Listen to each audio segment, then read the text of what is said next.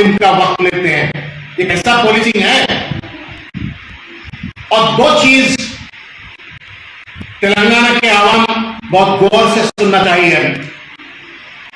Commissioner साहब ने कल बयान देते हुए ये बोलते हैं कि जो लड़की रेप का विक्टिम है उन जो ऐसो कल्प्रिट्स को आइडेंटिफाई नहीं कर सक रहे बोल के बोल रहे हैं, पहचान नहीं रहे।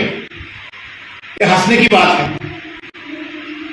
छोटे बच्चे को भी अगर दिखा दिए तो वीडियो उसको समझ में आता कौन है, किसका बेटा है, वो सब समझ में आ जाता है।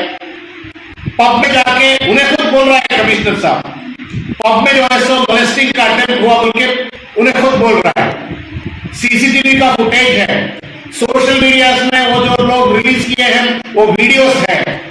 इतना क्लियरली उन लोगों का चेहरे देखने के बाद में फिर विक्टिम आइडेंटिफाई करने की जरूरत क्या है? पुलिस खुद आइडेंटिफाई कर सकते हैं और उसको पनिश कर सकते हैं। कमिश्नर साहब का बयान से हमको ये लग रहा है कहीं ना कहीं केस को डाइल्यूट करने की कोशिश हो रही है। इसी वजह से जो है सो उन्होंने ये बताया कि लड़की जो है सो जो रेप का विक्टिम है वो जो है सो रेपिस्ट को पहचानने में दिक्कत हो रही है बोल के। एक दूसरी है एमएलए सन के बारे में मैं बोलना चाहता हूं।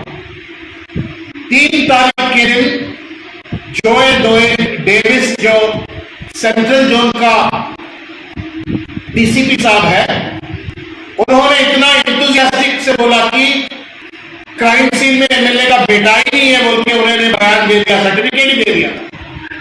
उसको कॉन्ट्रडिक्ट करते हुए जो है सो कल कमिश्नर साहब आनंद साहब ने बोलते हैं कि क्राइम सीन में था, इनोवा गाड़ी चढ़ा था जिसमें रेप हुआ बोल के जो लोग बोल रहे हैं, वो गाड़ी में चढ़ा था मगर बीच में उतर के जो है सो उन्हें फिर बेकरी को वापस आया बोल के बता रहे हैं।